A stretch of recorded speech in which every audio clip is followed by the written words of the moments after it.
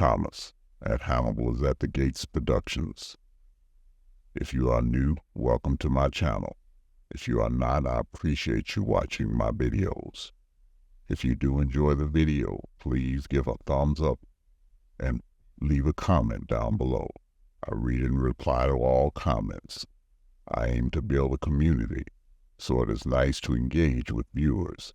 If you are not a subscriber, please subscribe to this channel, and please remember to hit the notification bell so that I can let you know when new content is released. Nigger disclaimer. If the word nigger offends you, then this video may not help you to feel good. The question that's being discussed in this video has been quietly discussed at the dinner tables of black people for more than a century, even during the Black American slavery period.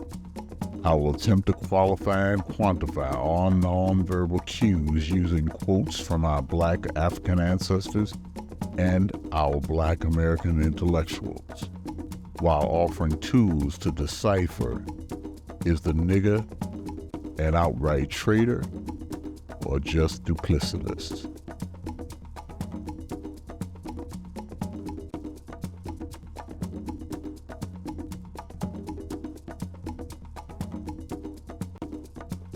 Too often, we black people have heard other black people say, "I have more fun with white people than I do with blacks."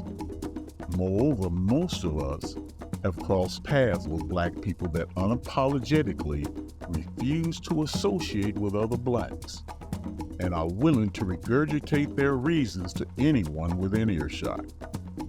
These black defectors cannot be blamed for their psychosis, because virtually every movie with the assistance of A-list black actors or TV programs with the assistance of fledgling/struggling black actors helps us to justify the mindset that black people are only successful if they mollycoddle, mentor, submit to, mate, surround themselves with, or protect white people within said productions. For example, one of Black America's foremost Academy Award-winning males delivered to us as a ready-made movie star who sustained his career by helping white people, rewriting black history, or surrounding himself with, protecting, and or mentoring white men, women, and children in his movies, yet no one dared venture because of some unwritten taboo and accurate critical analysis of his work for hidden subliminal messages from the white supremacist perspective. While contrarily, at the same time, we all agree that Hollywood and television has always been racist since its very inception. His and thousands of other 24/7, 365-day-a-year subliminal media messages have successfully driven an invisible wedge, often too large of a wedge, between the real-life positive development of black-on-black love, sister-to-sister love, brother-to-brother love, sister-to-brother love, and have fed black self-hatred for more than a century. Consequently, the black person that longs to sit next to white people at a lunch counter, or the black woman that believes that her child will learn more by sitting next to white children in a predominantly white school, or the black man that feels he must kiss white people's ass and only associate with whites on the job in order to retain his job and hopefully later get promoted, cannot be blamed for their duplicitous behavior. On the other hand, a small minority of black people take their white worshiper mindset to heretofore extremes that would make their ancestors, as the old folks would say, turn over in their graves because of their intentional/vehemently vocal decision to only associate/surround themselves in business and socially with the grandchildren of slave masters and half-niggers. That is lighter than a typical brown paper bag.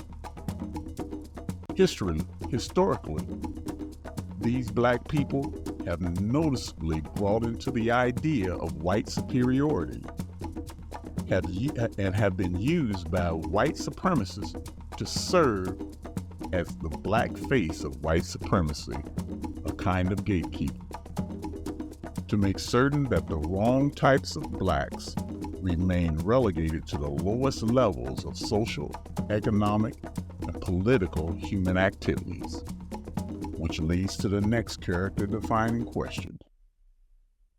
Does the nigger associate with other black people, or is he/she constantly surrounded by white people and or half-niggers?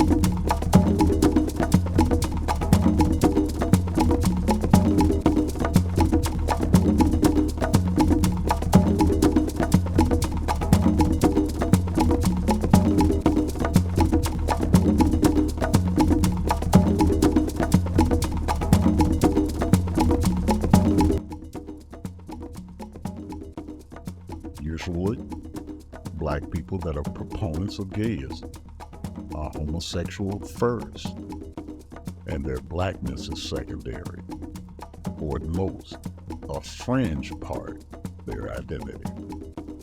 The day-to-day struggles or issues challenging the masses of black people take a back seat to their homosexual grooming and recruitment aspirations, while they devote mind, body, spirit, and sometimes large sums of money focusing on furthering gayist international agendas, mainstreaming and legitimizing all types of homosexual behavior. Yet, to the uninformed eye, many of these women appear to be black conscious, especially based on the fact that white people have made the decision that for this group of black women, it is acceptable for them to wear big afro and African garb in business and entertainment settings.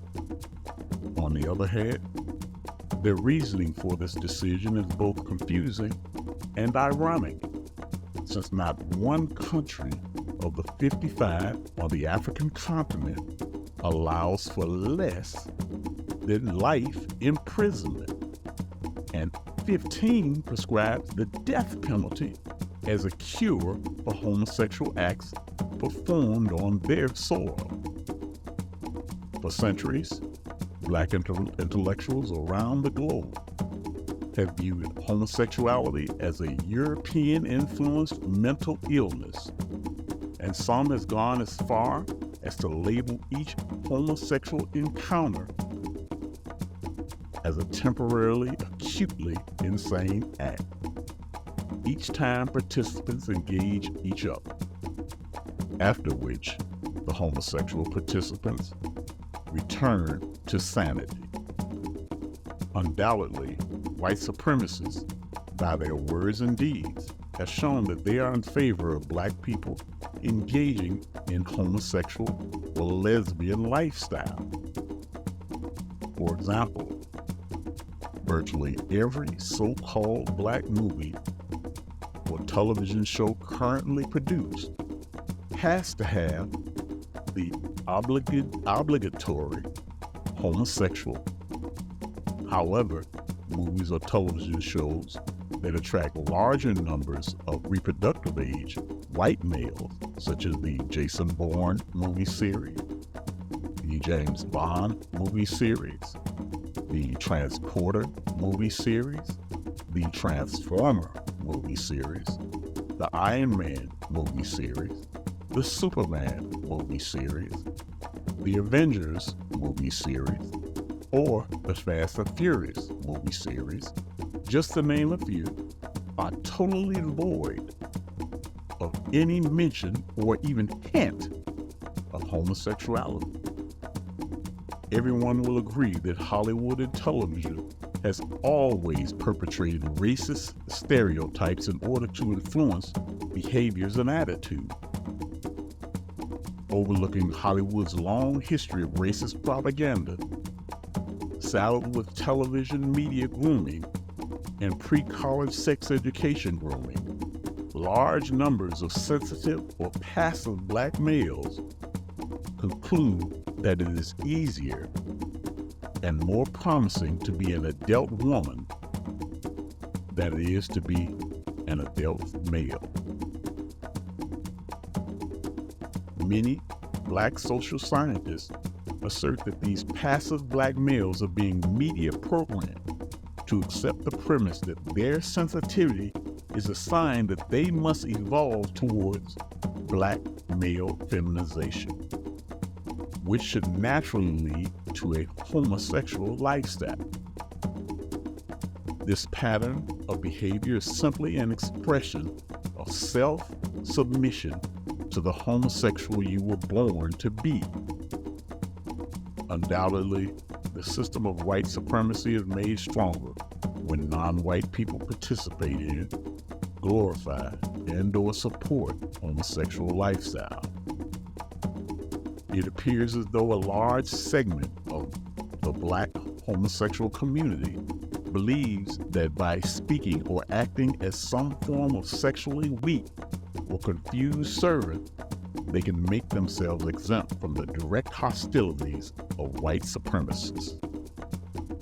Many black scholars, leaders, and intellectuals believe that the expansion of black homosexuality is a white supremacist or racist form of population controlling tool, and is currently being used by the white collective in its effort to survive genetically in a world 9-to-1 numerically dominated by non-white people. Black acceptance or participation in this imposition does not solve the major problem of our racist oppression, but only further retards its ultimate solutions. Which leads to the next character-defining question. Does the nigger identify as a homosexual female or homosexual male?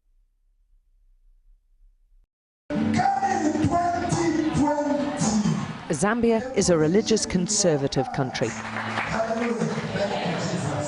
and it has some of the toughest anti-homosexual laws in Africa. Many in this congregation are avid supporters of their president's stand against gay rights and appalled at the American diplomatic intervention. And the Zambian leader was unequivocal about his stand on the issue when he spoke to us. We are saying no to homosexuality. Why should you say we're going to be civilized if we only allow it? Are you saying we are very primitive now because we are frowning upon homosexuality? Even animals don't do it. Why should we be forced to do it because we want to be seen to be smart, to be seen to be civilized and advanced and so on? The row blew up after two men seen here with their lawyer were jailed for 15 years for taking part in what's known in the country as a crime against the order of nature, the legal term in Zambia for gay sex. Because it fits right here. and show you how it works when we don't use our own worldview as a reference point.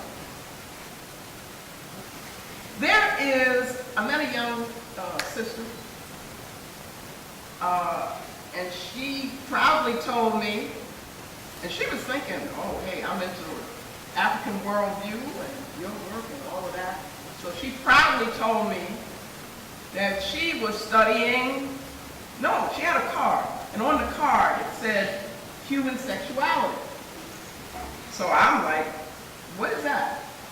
You doing that in school? So she said, oh yeah, that's what I'm doing, you know, and she's real proud. And I said, well, what is it? How does it work? What is it about? She said, well, you know, it's the different ways that human beings express their sexuality. I said, like what? She said, well, you know, male and female, and then I said, and you talking about homosexual? She said, yeah, that's one of the ways. And they had a term, I don't even think it was homosexual, but they had a term for that. So I said, well, what else? And she said, well, there's, and I can't remember the term, I should have written down all the terms, but there's one, I said, well, what is that? Where you like everybody. Okay, there's the bi, but then there's also some kind of universal thing where anything and everything, okay? Then there was something she called autosexuality. What is that? That's where you're turned on by yourself. Okay? I said, so you just, y'all do just whatever you can think of, huh? I said, you talk about animals? You know what I'm saying? Human beings turned on by animals. And she said, oh yes, that's such and such and such. I can't tell you what she said, I don't remember the term. She had a term for it. You see what I'm saying? Okay? Which is that we have to look at academia and how it fits into promoting the European worldview and what for us as Africans is illness within that worldview. It legitimizes it and validates it by giving it a term and making it academic. So because she could, you know, run off the names of all of these crazy, bizarre illness things, then it had legitimacy for her, and she didn't even realize that what she was doing was being taken over, being victim. She was being a victim, made a victim of the European worldview and therefore the oppression of what is African in us. Okay, so that's an example. That comes from them. So let's go on. The pleasure principle becomes, that's it. That's the driving force. Promiscuity. Hedonism. Again, that's the pleasure that everything is just whatever turns you on. We got to understand, you could be conditioned that anything can turn you on, brothers and sisters. That may sound weird to you, but if you are conditioned, all you have to do is to associate a particular form of behavior with pleasure. So the neurotransmitters get, you know, kind of guided in that way or conditioned in that way, and then that's what you do. And while we may not be talking about that, there are all kinds of things that people do, okay? Which may not be healthy for the family, for the culture, the community, and which certainly is not taking us towards sovereignty. So you get sexuality being people are in exploitative relationships. They relate to each other as objects. I got to stop. Oh, okay.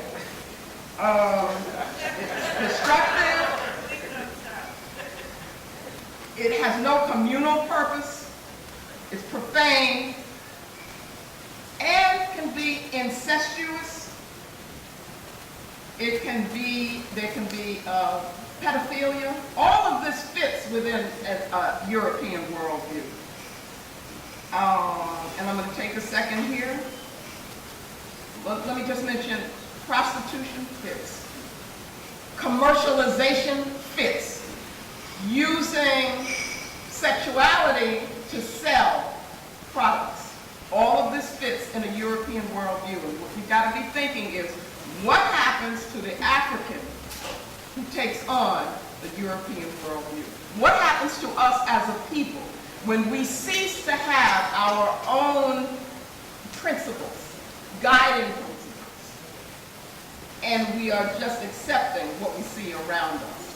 Okay, these are some of the things that it becomes trivialized, it becomes casual, and I don't know if you realize it, but there's a whole thing about anonymous sex, where that's what turns people off. Where you actually can walk through an area and there's some kind of signals that people have that you go in the bushes and you're with somebody that you don't know. And never see again. It may sound bizarre to you, it's common. It's common in the parks. It's common in Central Park. What I want to mention to you, and all of this, there can be an avoidance of mature relationships. Okay? But if we look at Plato, and I suggest you read, but we're not dealing on a political level. We're dealing like we don't have the right to determine for ourselves what is healthy behavior and to back that up and to support it with a sanctioning force. We don't think we have the right to do that. So what happens? There's confusion. And that's what I call it. It's sexual confusion, and there's all other kinds of confusion because I'm talking. When we look at the wounds of the Ma'afa, we're not just talking about homosexual behavior. And we've got to be able to look at incest. Yeah? Okay. Yeah. Rape. That's right. Child abuse. That's right. Within our community. Where does it come from? What do we have to do?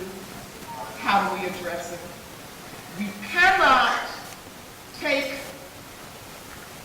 a wound or a woundedness or an illness and make it into an ideology. What we have to do is to look at the illnesses in our community and in our family and do the personal work that has to be involved in the healing of those things. So we can't be afraid to say, this is illness. Okay? And I'm here to help with whatever kind of investigation we got to do to look at how it's healed. But I'm not going to say that it's not illness. Okay? And then, finally, oh, by the way, let me mention these things quickly, is that I take great offense at people who would promote that lifestyle and choose to be in that lifestyle and then use African culture, use African spirituality to justify it. Because what they do is they're lying about what is ours. So you have people who are doing that. You have articles that are doing that. There was this author, Audre Lorde, who she wrote, and she's the first time that I saw the term homophobic used. You've got to be careful with that. That's like anti-Semitic. It's like...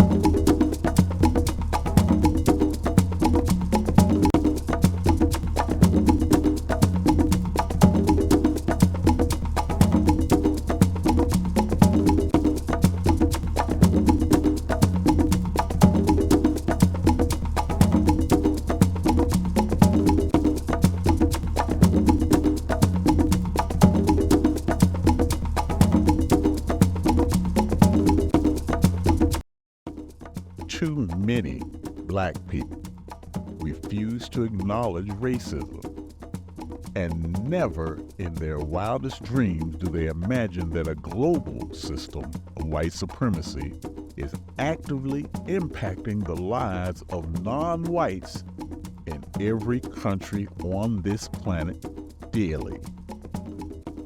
Consequently, even when black people fall victim to acts of undeniable racism, they subconsciously cannot accept that through no fault of their own except by being the color black, a racist tragedy has done irreparable damage to them or a loved one.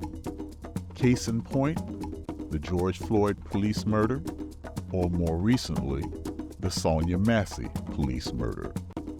Whenever the family and friends were interviewed, they expressed not their appreciation for the sympathy from other black people, but their appreciation for the outpouring of sympathy from white people, and how they know that all whites are not like this. To quote George Floyd's wife, who stated the obvious, they're good and bad in every race. And Sonia Massey's father tearfully stated during a television interview immediately after a white man shot his daughter in the head 3 times at point-blank range in her home, she was a daddy's girl. Yet, neither of these victims of racism whose kin had paid the ultimate price of being black, nor their well-paid lawyers in blackface, had the courage to shout on camera, "My family member or client would be alive today if they were white." For more than a century, many black social scientists, black intellectuals, and black historians have concluded that the slave mindset that seeked to protect, forgive, and give excuses for the slave master, such as saying it was their own fault that they were mistreated, has currently evolved to include defending the white collective, irregardless of how cruel, heinous, or barbaric their crimes. Just as we took it on the chin and ignored millions of cases of rape, murder, and brutality during the past 500 years. In extreme cases of racism denial, a large segment of black people feel it is their appointed duty to change the verbiage used for white crimes against black people, switching the words used to wording that is sterile, timid, and non-threatening / unoffensive to whites, wording that has been approved by whites even when there are no white people present, while simultaneously implying that the incident is only a small mistake that all of us are guilty of at one time or the other. And they talk down to any blacks that refuse to talk the way white folks have taught them. Which leads to the next character-defining question. Does the nigger use the words bias, bigotry, discrimination, prejudice, or fair/unfair instead of racism, white supremacy, or justice/injustice?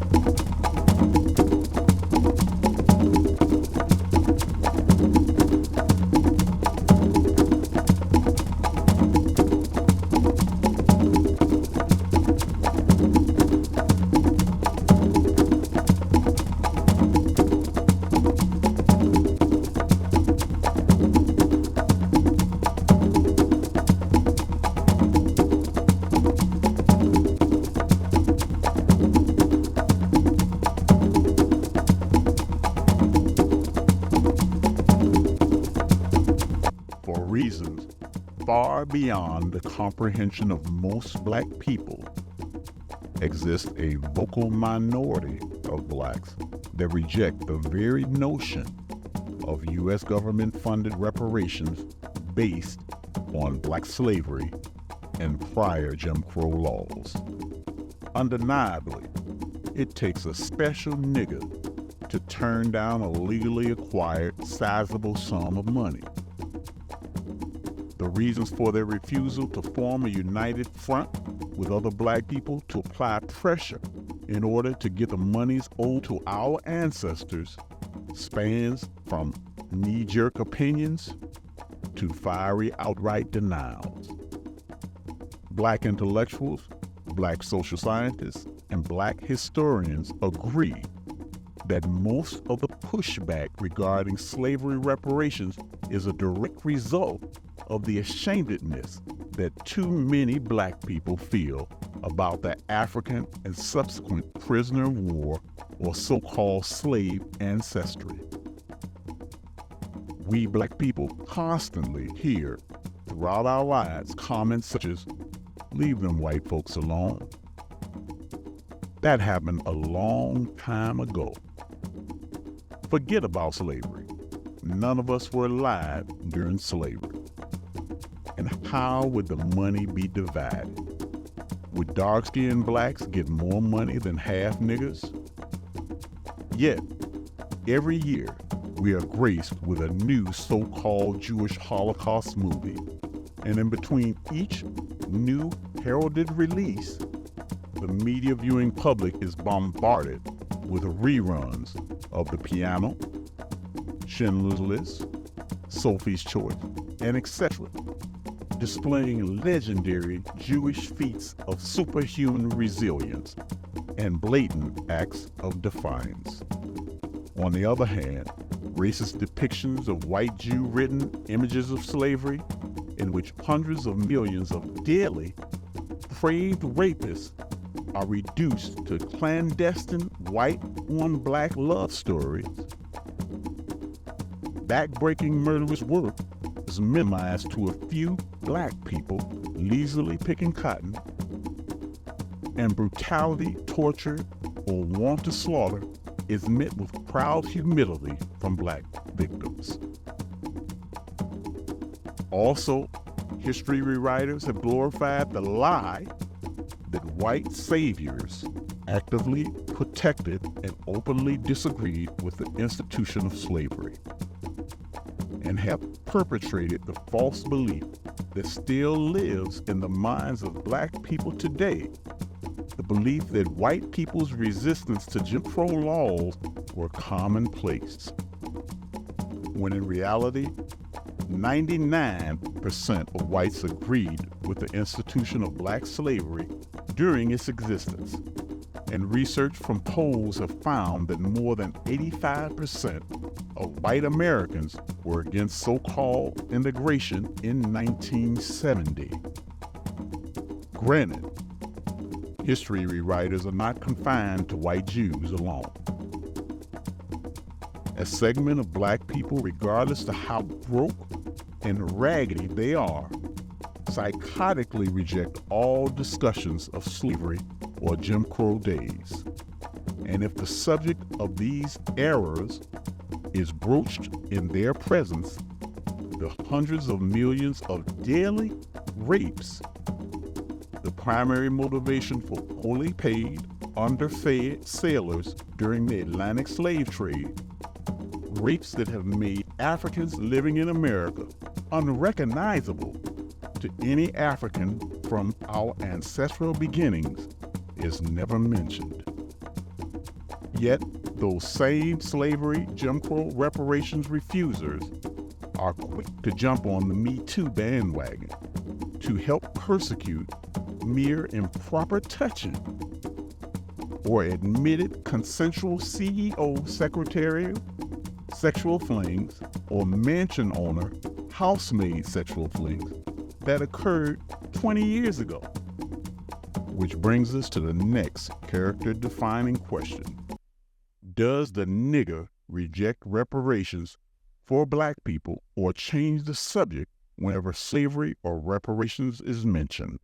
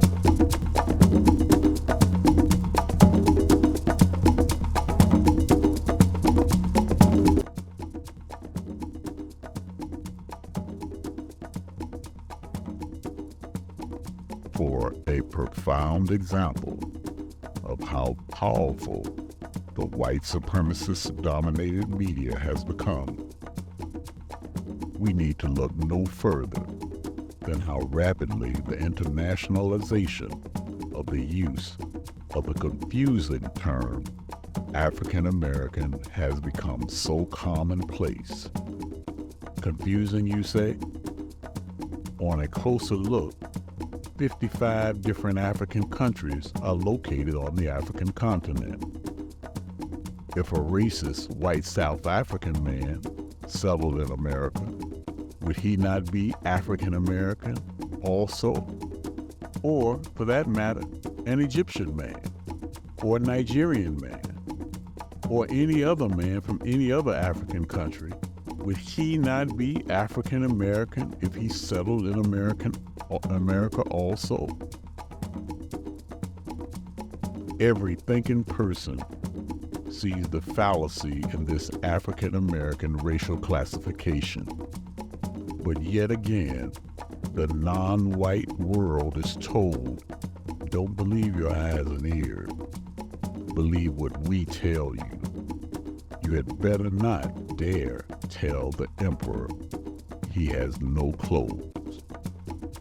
The white supremacist dominated media is so powerful that it is the only entity worldwide that can hand out universally recognized racial and sexual classifications. and then the whole world must go along with their every farcical whim just to get along. Many black social scientists, black historians, and black intellectuals assert that a vast majority of white people cringe internally and feel threatened just hearing the word black. These same black social scientists, black historians, and black intellectuals have unanimously agreed that this moniker is a tool of white supremacists to divide and conquer. The powerful term black people unites the black Australian, the black Brazilian, the black Cuban, the black Jamaican, the black British, the black German, the black African, and the black etc. Whereas the sterile classification, African American, isolates, makes us and other blacks around the globe feel as though we are separate and in some mocking way better because we received a special classification from whites. Why can't anyone say European American like we say African American? Because the system of white supremacy says we are the only people in America that don't have to have a hyphen in our classification. We're just white. Mind you, this code of conduct is not lost on most black people. With a wink and a nod, even the most uneducated black people know to fluidly drop the African American moniker in the presence of white people in order to immediately get on their good side. Because deep down inside, unspoken, we all know that most of them hate, at the very least, the very sound of the word black. On the other hand, many black social scientists, black historians, and black intellectuals note that a microcosm of black people use the term African American because they hate their blackness and anything black, including the mere utterance of the word black. Thankfully, some black people are more polished and will mix it up, using the terms black people and African in their speeches, presentation, conversation, and sometimes in the same sentence, to send a nonverbal cue to the sophisticated listener. I gotta keep my job. I am conscious of what's going on. I know that I'm playing the non-threatening game, but I am not a total white ass kisser, which leads to the final character-defining question. Does the nigger prefer to use the confusing term African American instead of the more powerful term black people?